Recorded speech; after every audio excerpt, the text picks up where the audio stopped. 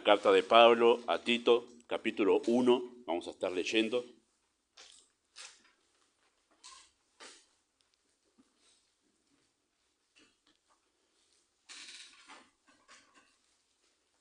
Tito, capítulo 1, y vamos a estar leyendo el versículo 5 hasta el versículo 9, ¿sí? Tito 1, 5, versos 5 hasta el 9. Dice así, de esta manera, Tito 1, 5, por esta causa te dejé en Creta, para que corrigieses lo deficiente y establecieses ancianos en cada ciudad, así como yo te mandé. El que fuere irreprensible, marido de una sola mujer, que tenga hijos creyentes que no estén acusados de disolución ni de rebeldía, porque es necesario que el obispo sea irreprensible como administrador de Dios, no soberbio, no iracundo, no dado al vino, no pendenciero, no codicioso de ganancias deshonestas, sino hospedador, amante de lo bueno, sobrio, justo, santo, dueño de sí mismo, retenedor de la palabra fiel tal como ha sido enseñada, para que también pueda exhortar con sana enseñanza y convencer a los que contradicen. Muy bien, oramos. Amado Padre, damos muchas gracias por el grupo de hombres que se ha congregado en esta tarde aquí. Pedimos, Padre, que el tiempo sea precioso en todo sentido, especialmente al reflexionar sobre la Escritura. Deseamos nosotros poder tener argumentos sólidos para poder vivir nuestra masculinidad de la manera que a ti te agrada. Deseamos realmente estar a la altura del diseño que tú has establecido desde la eternidad para conformar al ser humano como género masculino y femenino, con propósitos que nosotros no llegamos a comprender en su profundidad, pero deseamos poder hacerlo. Sabemos que necesitamos de Cristo para tan alta exigencia y por eso rogamos que podamos acudir a Él al examinar estos textos. Oramos en el nombre de Jesús. Amén. Muy bien, ¿qué es el carácter? ¿Qué es el carácter? Suele confundirse el carácter con la personalidad, porque está muy relacionado, ¿sí? Carácter con personalidad. Pero el carácter consiste en aquellas actitudes, ¿sí?, que nosotros, a medida que vamos creciendo, desde que somos chicos, son las actitudes que vamos incorporando a nuestra personalidad y definen nuestra manera de ser. Podemos decir así sencillamente. Nuestra personalidad son aquellos caracteres, valga la redundancia con la palabra características, ¿sí?, aquellos caracteres que nosotros nos conforman en la manera en que somos, pero que heredamos de nuestros padres, ¿sí? La combinación de la genética de mamá y de papá dan como resultado nuestra personalidad, ¿sí? Algunos son más extrovertidos, otros son más introvertidos, algunos son más intensos en su manera tienen muchísima energía, parece, y otros son un poco más pachorrientos. Eso es personalidad, ¿sí? Así nacemos, está en los genes eso. Es un tema bastante complejo, el tema hasta dónde llega la influencia genética en nuestra personalidad. Pero bueno, es así, yo suelo decir, ahora está mi papá acá, pero yo sé que, por ejemplo, la personalidad de mi papá, físicamente nos parecemos un montón con mi papá, pero en cuanto a personalidad, ustedes si conociesen, la mayoría la conocen, pero otros no, mi hermana Mónica, ustedes van a ver que mi papá y mi hermana Mónica tienen la misma casi personalidad, son muy iguales en carácter los dos. No sé si mi papá estará contento con eso, pero son iguales. Capaz ve que ve a mi hermana y dice, ahí se ve reflejado, porque ha heredado mucho de la genética de la familia y yo tengo un temperamento más tirando a la genética de mi mamá. Pero es así. Claro, se mezclan, ¿no? Hay algunas variantes. A esa personalidad que no se cambia, la personalidad no se puede cambiar porque está en los genes, pero sí se puede esa personalidad manejar. Y la manera en que nosotros controlamos ese tipo de personalidad, o mejor dicho, cómo se manifiesta nuestra personalidad en las relaciones con el mundo exterior, bueno, eso va a depender del carácter que cultivemos. Eso va a depender del carácter que cultivemos. En la infancia, ¿sí?, en el contexto familiar, es el que le va dando forma al carácter. De ahí empezamos, ahí la personalidad empieza, o nosotros empezamos a adquirir costumbres, hábitos. Eso forma el carácter. Las costumbres y los hábitos que nosotros tenemos en nuestra familia van creando el carácter. Y en nuestra vida adulta, lo que va formando ese carácter, que después va a ser la manera en que nuestra personalidad se manifiesta al mundo, bueno, van a ser nuestras decisiones. O sea, cada decisión que nosotros tomamos cuando nos enfrentamos a circunstancias y a personas, y cada vez que tomamos la misma decisión y nos habituamos a tomar esa misma decisión, eso se va formando un carácter en nosotros. La palabra carácter viene de una raíz que significa marca, ¿sí? Como que estamos marcados por eso. Por eso es que cuando decidimos siempre de la misma manera algo, eso nos va marcando, va haciendo una marca de tal manera que forma nuestro carácter, ¿sí? Si siempre, vamos a suponer nomás, si siempre ante las circunstancias difíciles tiendo a escapar, bueno, la primera vez fue circunstancial, la segunda vez vi que era una manera de protegerme, la tercera, y después si siempre escapo de las circunstancias, va marcando y se vuelve algo característico mío, que soy una persona que realmente rehúye de las circunstancias difíciles. Y eso se forma en mi carácter. Y después eso se va a notar cuando me enfrento a problemas en la escuela, cuando voy creciendo, ¿no? Y hay un examen y se vuelve difícil, escapo. Después cuando soy más grande tengo que enfrentar responsabilidades de trabajo, después de familia, y suelo huir de los problemas. ¿Por qué? Me ha marcado. Esas decisiones que tomé me marcaron. Y formaron mi carácter, ¿sí? A eso nos referimos cuando estamos hablando del carácter. Entonces mi personalidad, ya sea que sea pasivo, ya sea que sea activo, ya sea que tienda más a ser extrovertido o a introvertido, si tomé esas decisiones de una manera u otra se va a notar en mi carácter, ¿no? Eso es lo que hace las decisiones y la influencia familiar. Cómo decidimos reaccionar ante las circunstancias, cómo decidimos reaccionar ante las circunstancias y las personas le va dando forma a nuestro carácter y condiciona nuestra manera de relacionarnos con nuestro entorno. ¿Sí? Todos nosotros nos relacionamos con el mundo, nuestro ser se relaciona con el mundo exterior, con los demás, cómo tratamos a los demás, cómo reaccionamos ante los demás, ante las distintas personalidades con las que nos encontramos en este mundo, va a depender del carácter que tengamos, del carácter que se haya formado en nosotros, ¿sí? Va a depender de eso. Así que el carácter en realidad define la clase de persona que somos. El carácter define la clase de persona que somos, ¿sí? Solemos decir, tener cuidado con fulano. Él siempre se enoja cuando... Es una frase muy común.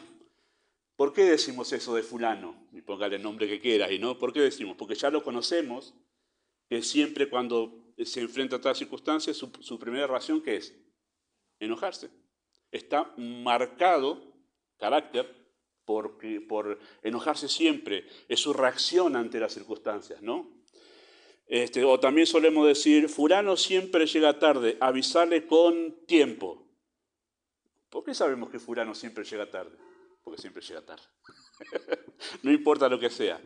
El asunto es que la influencia en su familia, sus decisiones, lo ha llevado a ser una persona que está marcado por llegar tarde. No sé cómo hace, hay que tener mucha disciplina para llegar siempre tarde, pero el asunto es que hay ese tipo de personas y eso identifica su carácter. Entonces el entorno dice, avisarle con tiempo porque siempre llega, lo conocemos así. Y eso añade a un montón de otras cosas, ¿no? O por ejemplo, tener cuidado con fulano, no le vayas a decir las cosas muy de golpe porque tiende a deprimirse siempre. Y ya sabemos que está marcado por un carácter depresivo, ¿no? Suele pasar así. También lo decimos en sentido positivo a eso, ¿no? Para no parecer que está todo negativo, ¿no? Fulano siempre que lo necesitamos, está. Fulano siempre, la palabra clave acá es siempre que lo necesitamos, está. Y hay personas así, ¿no? Personas que sabemos que sí, siempre está ahí. Bueno, está marcado, su carácter es un carácter dirigente, podemos decirlo así, ¿no? O podemos decir también, fulano siempre te escucha cuando tenés algún problema. Hay personas así, que siempre están atentos, no están distraídos, siempre tiene tiempo para escucharte, bueno, marcado por una personalidad que piensa en los problemas del otro, ¿no? El término siempre es la clave, ¿sí? Lo que hacemos habitualmente, eso o la manera en que habitualmente respondemos ante distintas personas y circunstancias, eso es el carácter. Eso es el carácter, ¿sí? Y es interesante que el rey Salomón establece el valor de la persona con base en su carácter. O sea, el valor de la persona Salomón lo establece con base en su carácter. Por ejemplo, Proverbios 16:32 dice, mejor. Es interesante que utiliza la palabra mejor Salomón. Mejor es el que tarda en airarse que el fuerte. Y mejor el que se domina a sí mismo que el que toma una ciudad. Dice, ¿qué ¿cómo evaluamos? Y mira, mejor es este que piensa más, se da cuenta que hay que tomar tiempo para pensar y no ser tan apresurado, ser más prudente, y es mejor que aquel que reacciona enseguida, que es de mecha corta, solemos decir, ¿no? Que es de mecha corta. Obviamente, porque aquel que es de mecha corta suele meter la pata. Entonces, puede hacer lío innecesariamente, puede dañar a un montón de personas, y por eso Salomón dice, y es mejor este, que es más prudente. Entonces, el valor de una persona está determinado, en el caso como lo plantea Salomón, por su carácter. Por su carácter. Es interesante que la cultura tienda a definir el valor de la persona por su condición económica, por ejemplo. ¿Sí? En la cultura en que vivimos, en términos generales suele ser así, ¿no? Tu valor como persona depende de tu estatus económico o por su nivel educativo, ¿no? Wow, yo soy facultativo, bueno, yo tengo un doctorado y parece que en cierto grupo social eso parece que te da más valor como persona. O por el tipo de trabajo que realizan, ¿no? Algunos ponen valores a las personas porque tienen este trabajo y el otro, bueno, tiene otro trabajo y dicen, no, pero este trabajo que tiene lo hace menos. Eso en la sociedad en que vivimos, ¿no? Otros hacen diferencia de valor de persona por los talentos naturales e incluso por su pasaporte o como diríamos nosotros en un término un poco más coloquial, por su color de piel, ¿no? Valor de persona por estas cuestiones. Lo cierto es que la realidad demuestra otra cosa. Aunque esos son los dichos populares, el eslogan popular, ¿no? Valés más por dinero, por habilidad, por color de piel. Lo cierto es que en la práctica la realidad se demuestra otra cosa. El individuo no es definido por lo que tiene o lo que logra, sino por la manera en que se comporta con sus semejantes. Y eso lo vemos muy claramente en la familia. Lo vemos muy claramente en la familia. Porque a la hora de la verdad importa mucho más el carácter que las posesiones, el oficio, el color de piel y cualquier otra cosa. A la hora de la verdad nosotros decimos, no importa qué condición social tiene, qué trabajo tiene, si tiene estudios, no entiende. La manera en que me trata es mucho mejor que aquel que, qué sé yo, que es así, asado, la otra cosa. A la hora de la verdad nosotros mismos interiormente decimos, esto es mejor. Nosotros nos damos cuenta que el carácter importa mucho más que cualquier otra cosa que pueda distinguir a una persona, ¿no? Por ejemplo, voy a dar un ejemplo muy sencillo que está bastante cercano y muy fresquito, me parece todavía. Por lo menos todavía siguen apareciendo videos. Nosotros valoramos más a los jugadores de la selección. ¿Por qué cosa? Porque han alcanzado la Copa Mundial, muchachos. No me dejen solo en esto. Alcanzaron la Copa Mundial y para nosotros todo este equipo que logró la tercera, wow, está allá, va a ser inolvidable, pasó a la historia. Para nosotros que somos lejanos a ellos, simplemente somos del grupo fans de la selección, para nosotros el valor de ellos tiene que ver con lo que lograron. ¿Sí? Yo no conozco a Di María personalmente, no tengo ni idea del carácter que tiene. No vivo con Di María, pero para mí el valor de él es valor de que hizo goles en los 3 partidos importantes de la selección. Ese es el valor que le damos, ¿no? Pero para las familias de ellos, de cada uno de los jugadores, lo que vale más en realidad es el carácter de ellos. ¿Sí? Me lo imagino a Di María o Messi con las copas ahí, pero a la hora de la verdad, a los hijos y a la esposa lo que le importa es cómo Messi los trata todos los días. El carácter es lo que importa. Incluso los millones que tienen. A la hora de la verdad, a la esposa y a los hijos de Messi le importa cómo él los trata todos los días. El carácter importa más que todo lo demás, ¿sí? La Copa Mundial no importará nada si ellos no tienen buen carácter en el trato diario con ellos. Es más, muchas mujeres en posición con personas adineradas o de profesiones realmente de gran trascendencia en este mundo, terminan quejándose o abandonando su familia porque la persona con la que están, mucho dinero, mucho estudio, mucha fama, pero no los trata bien, no los trata bien. Bueno, miren cómo terminó el conocido Maradona, ¿no? Es tristísima la vida de ese hombre. Toda la fama y todo lo demás, pero terminó solo, en un cuartito. Es tremendo. ¿Por qué no se quedó su esposa con él? ¿Por qué la gente más íntima se quedaba lejos de él? Porque obviamente tenía una personalidad, un carácter que era muy difícil de llevar. muy difícil. Para la propaganda televisiva servía, pero para vivir con él todos los días, en una persona difícil. El carácter realmente es lo que vale más, es lo que vale más en este mundo, ¿sí?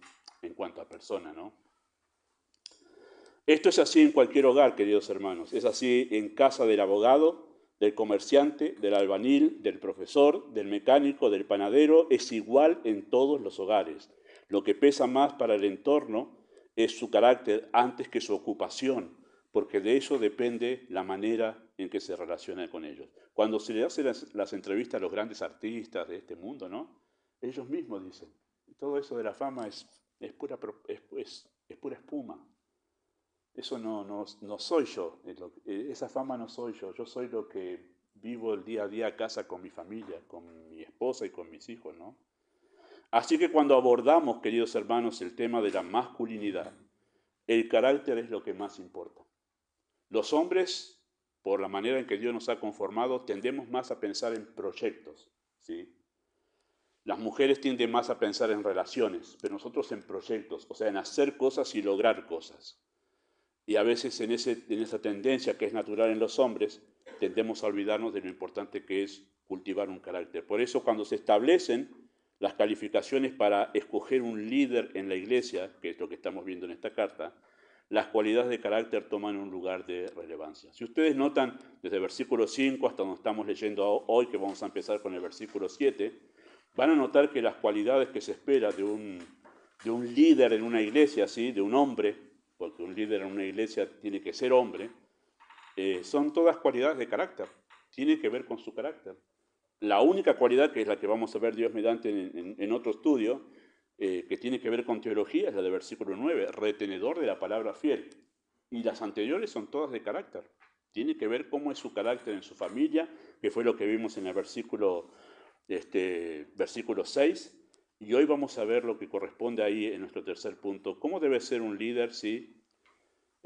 ¿Cómo debe ser un líder según el ideal de Dios? Punto 1, debe actuar como un líder, lo vimos en versículo 6. Punto 2, debe ser irreprensible en su hogar, que fue lo que vimos.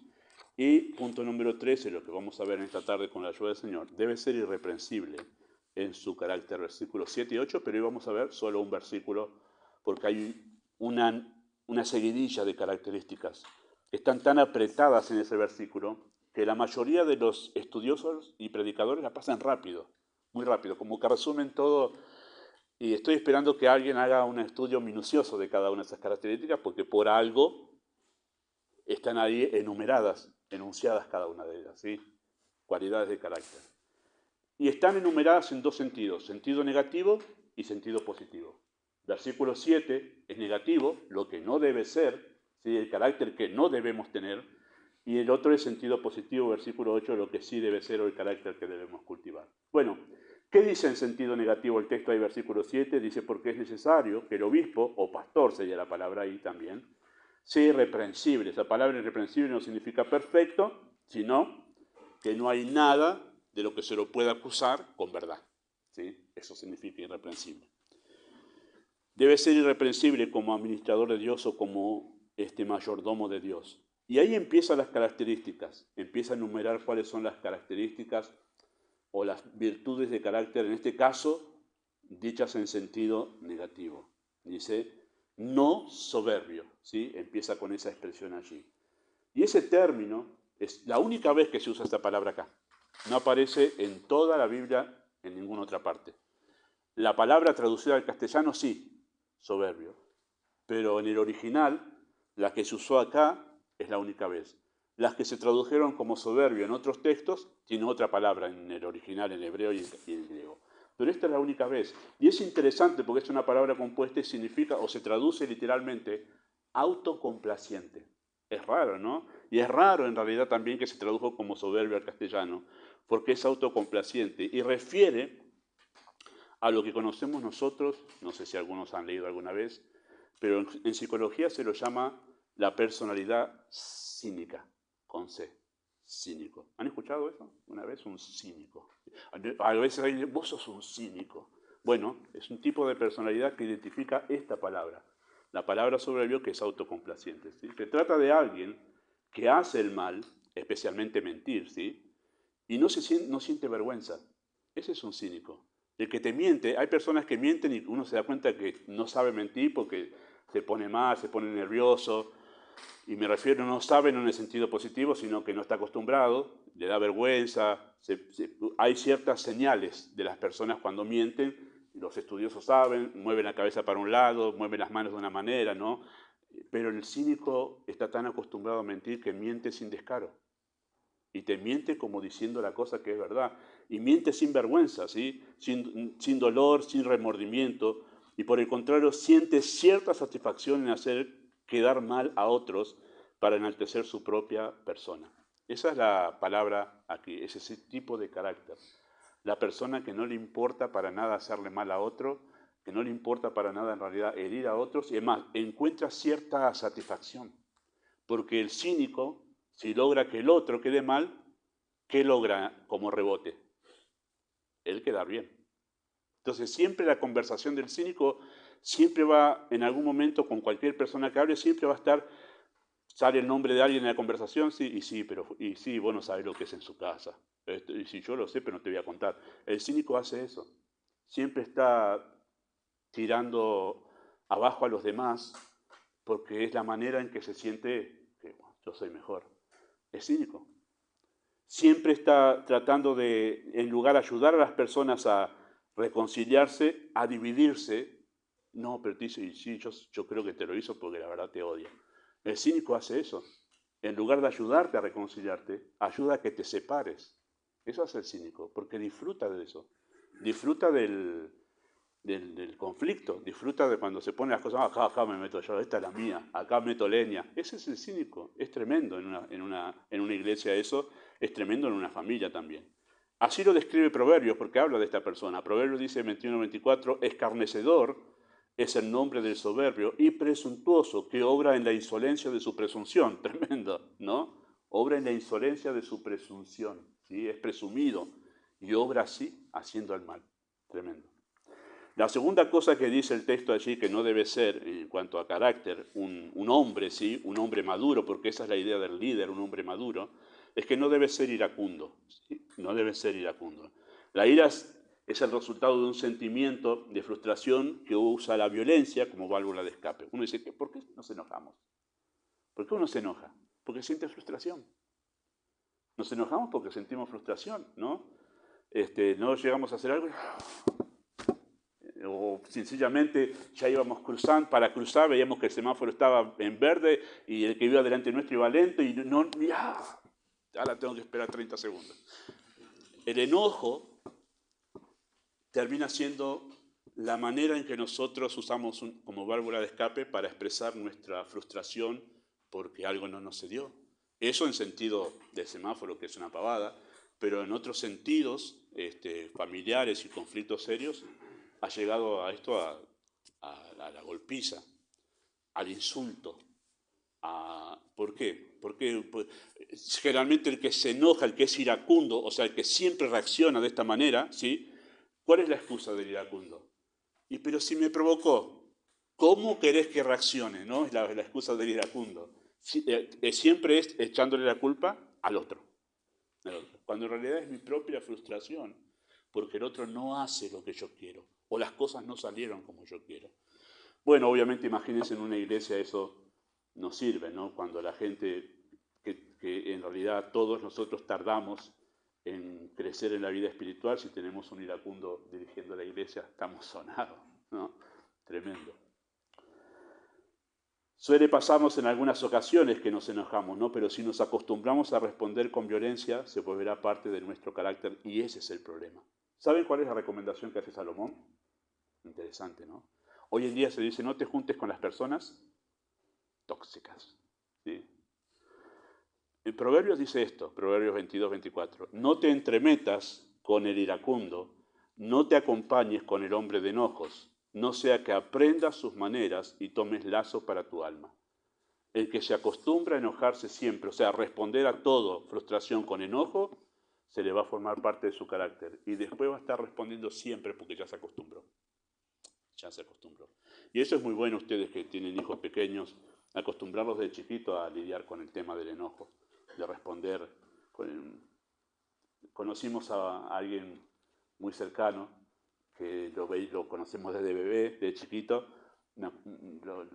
Con mi esposa lo conocimos y lo veíamos cuando se enojaba, como la mamá sabía que no podía hacerlo de la mamá, se iba lejos y pateaba lo que encontraba. Pateaba. Hacía un piojo, ¿eh? Los padres fueron muy sabios en cómo trabajaron. Hoy ya tiene casi cerca de 10 años y lo tiene completamente dominado eso. Ya no reacciona así. Pero el chiquito no aguantaba más y se iba lejos, porque sabía que le iban a dar. Se iba lejos, pateaba las puertas y después volvía y se descargaba. Bueno, los padres trabajaron muy bien en eso y es muy bueno que no dejar que cultiven esa manera de responder siempre, porque después se le forma el carácter. Y dice Proverbios que toma lazos para su alma. ¿Qué quiere decir? Que termina siendo dominado por el enojo y se vuelve más fuerte. Hoy en día, cuando nos encontramos en la vida pastoral, tratando con personas que sufren de la ira, ¿sí? Porque es un pecado que toma posesión de la personalidad, nos resulta interesante que llega a ser casi similar a una persona adicta. Las personas con ira que tratan de vencerlo nos dicen siempre lo mismo en el trato personal y pastoral, ¿no? No puedo, es más fuerte que yo, pastor, siempre estoy... Es porque ha tomado lazo para su alma, siempre ha respondido de esa manera. Obviamente que hay gracia en Cristo para salir de todo eso, ¿no?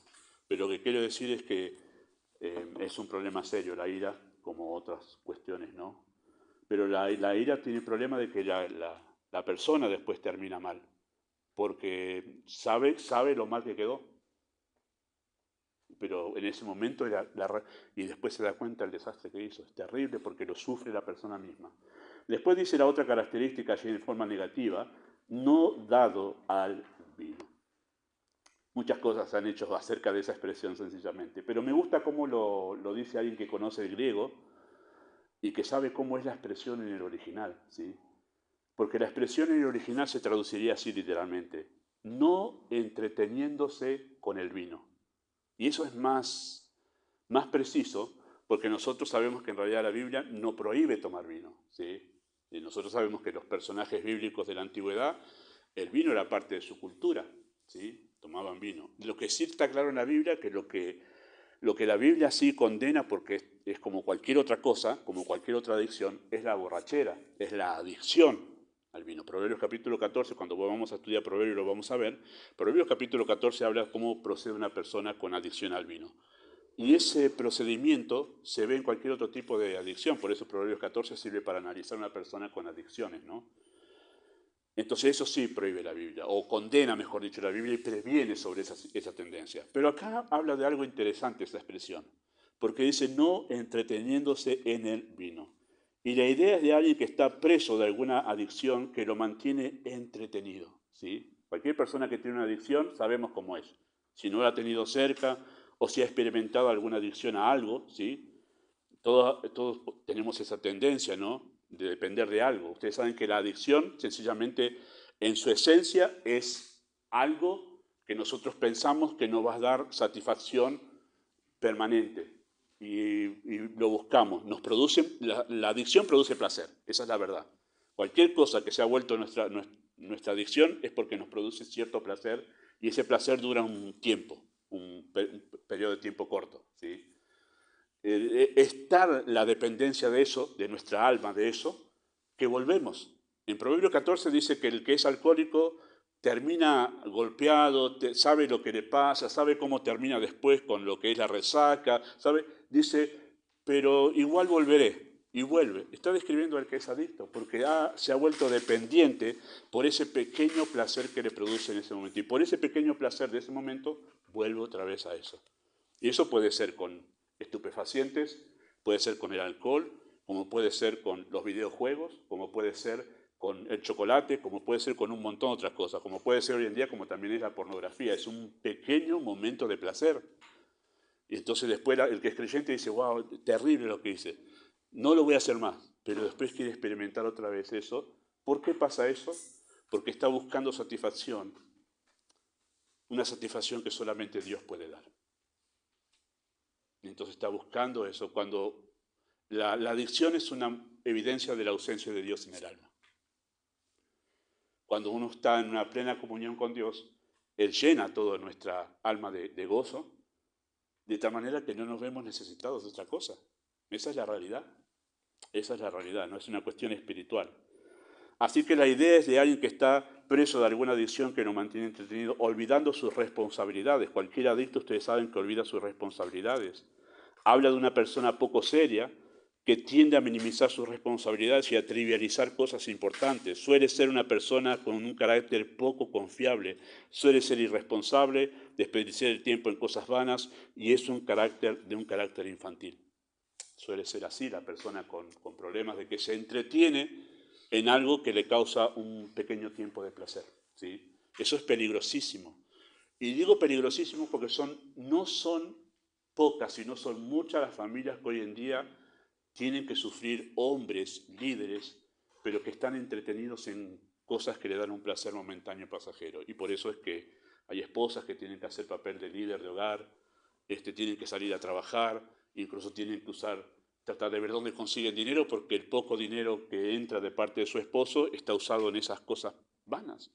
Yo, conociendo acá, no me chismeó acá los de tecnología, pero ellos me dicen que jamás entré a ese universo, él también me ha contado sobre eso, que hay grandes sumas de dinero que se mandan por internet, los juegos estos que juegan en línea, para conseguir un tanque de guerra, ¿puede ser? Hay tantas cosas. Tantas cosas, me dice, ignoro yo. Pero dinero se paga, en ese momento pagan con la tarjeta dinero para que tenga más bombas, su coso, qué sé yo. Tremendo es. No sabías eso, ¿no? Bueno, no, yo tampoco. Pero ¿hasta dónde puede llegar de ser lo dañino de esto que está advirtiendo el texto, ¿no? Hombres entretenidos con cosas que le dan un placer momentáneo y sufre después todo el entorno, ¿sí? Bueno, un hombre así no puede liderar ningún lugar, y menos en la iglesia, ¿no? Esto es lo que está hablando. Un carácter maduro es aquel que no está dominado por esas cosas vanas, por esas cosas que le entretienen, ¿no? La otra característica que dice ahí negativa es no pendenciero. Creo que no necesita mucha explicación, todos nosotros conocemos esa palabra, pero literalmente se traduce no golpeador, ¿sí? Uno que no es golpeador. Refiere a la persona que siempre está a la defensiva y se siente atacado todo el tiempo, ¿no? No es solamente alguien que le gusta pelearse, en el sentido, bueno, no como nuestro hermano Leo que hace deportes con eso, ¿sí? No anda todo el tiempo pegándole a la gente. Pero si no, más que nada se refiere a ese carácter que está siempre a la defensiva.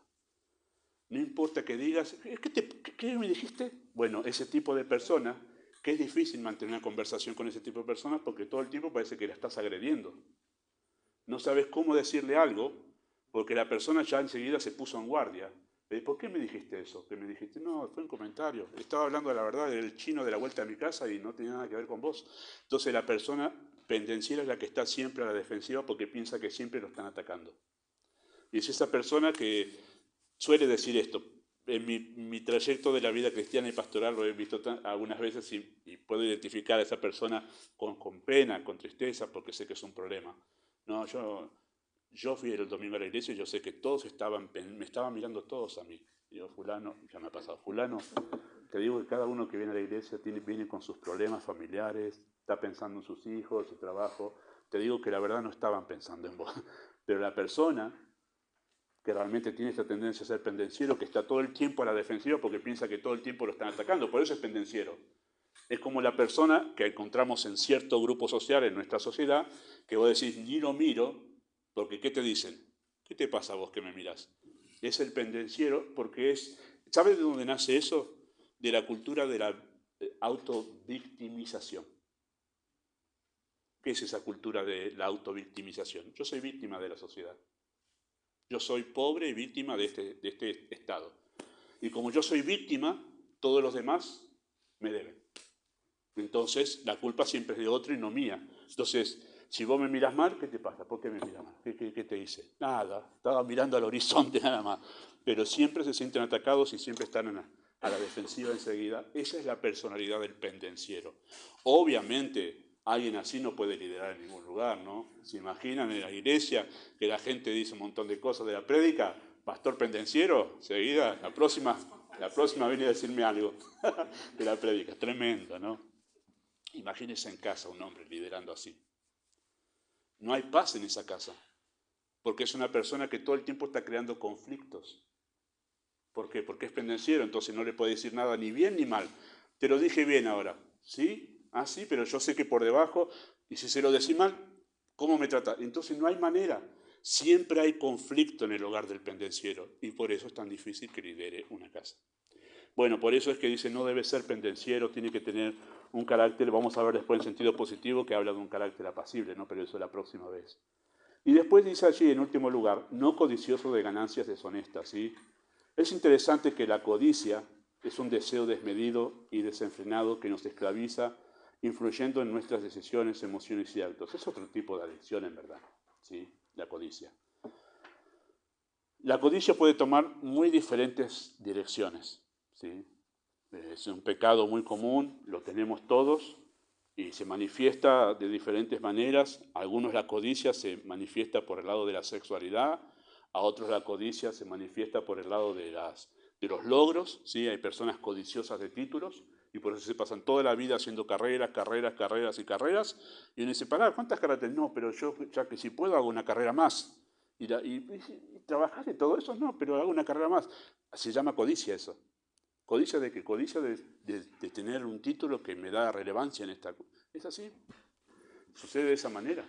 Como el que codicia el trabajo. Usted va a decir, no, pues, ¿cómo va a ser codicia? Sí, hay personas que pasan desde las 6 de la mañana hasta las 10 de la noche trabajando. Ese es trabajador, pastor, no es codicioso. ¿Y el tiempo para la familia? ¿Y el tiempo para el descanso? ¿Y el tiempo para pensar? ¿Y el tiempo para la recreación y todo eso? ¿Dónde está?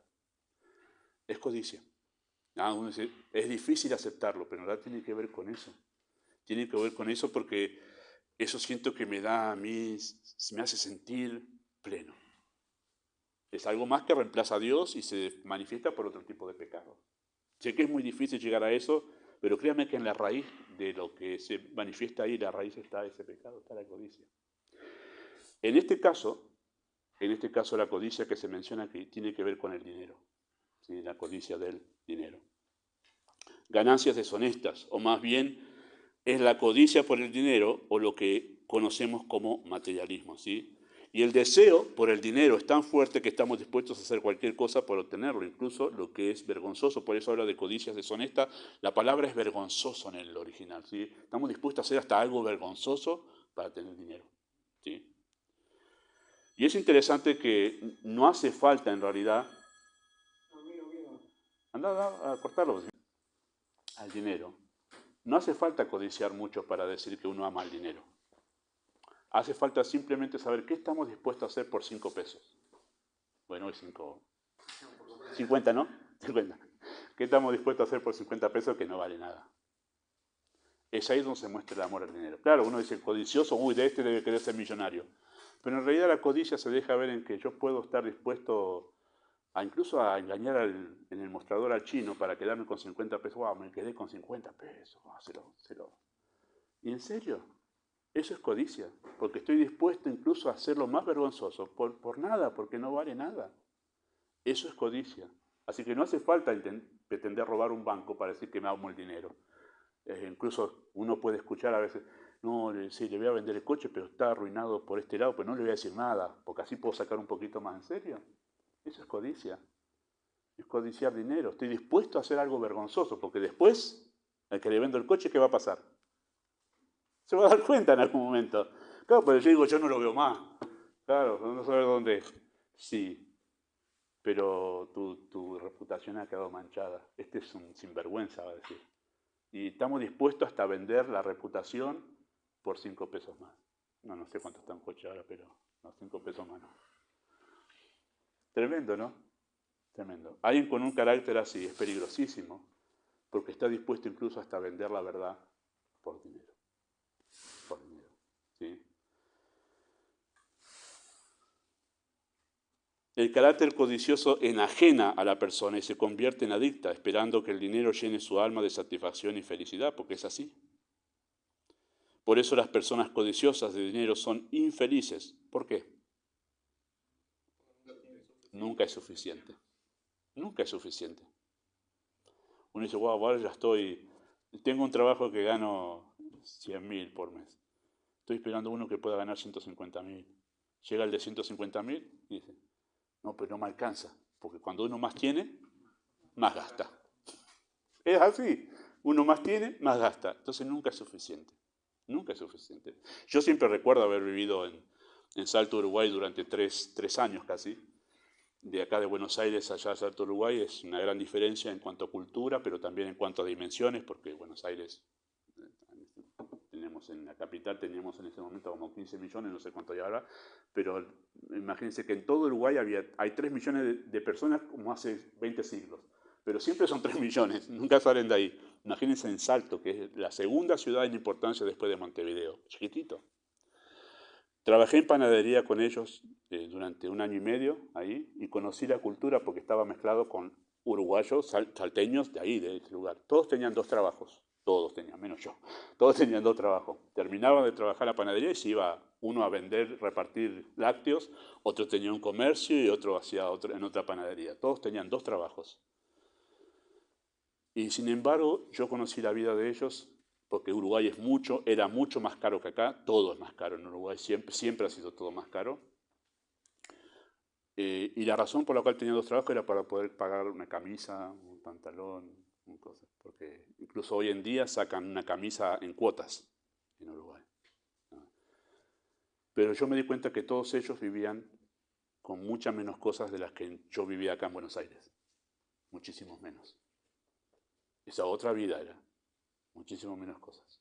Interesante, ¿no? Ahí descubrí que se podía vivir con menos, con menos cosas de las que uno vive acá porque viven, sencillamente.